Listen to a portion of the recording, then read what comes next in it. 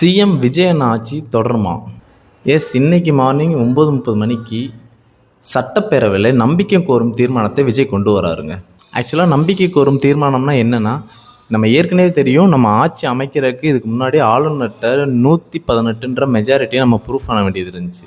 Letters எல்லாருமே submit பண்ணதுக்கப்புறம் தான் ஆளுநர் பதவியேற்புக்கு அழைப்பு விடுத்தார்.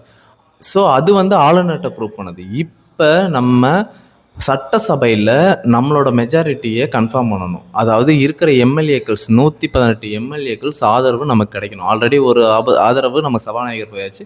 117 எம்எல்ஏக்களோட ஆதரவு இன்னைக்கு அவர் மெஜாரிட்டியை ப்ரூவ் பண்ணி ஆகணும்.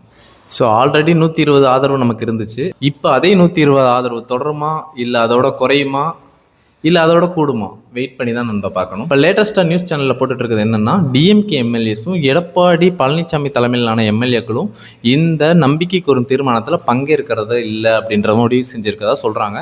இட்ஸ் நாட் கன்ஃபார்ம், பட் சொல்லியிருக்காங்க. இது 8:30 மேலே 9 மணிக்கு மேலே அவங்க எல்லாருமே ஒவ்வொரு எம்எல்ஏஸாக வர்றப்ப தான் பார்க்க முடியும்.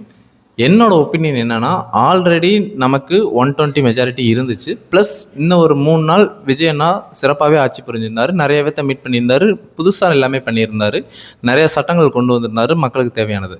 அது மட்டும் இல்லாமல் ஏடிஎம்கே தலைமையிலான டீம் 2ஆக உடஞ்சிருக்கு. ஒன்று எடப்பாடி பழனிசாமி தலைமையிலான டீம், இன்னொன்று CS Shanmugam and SP Velusamy அவங்க தலைமையிலான ஒரு டீம்.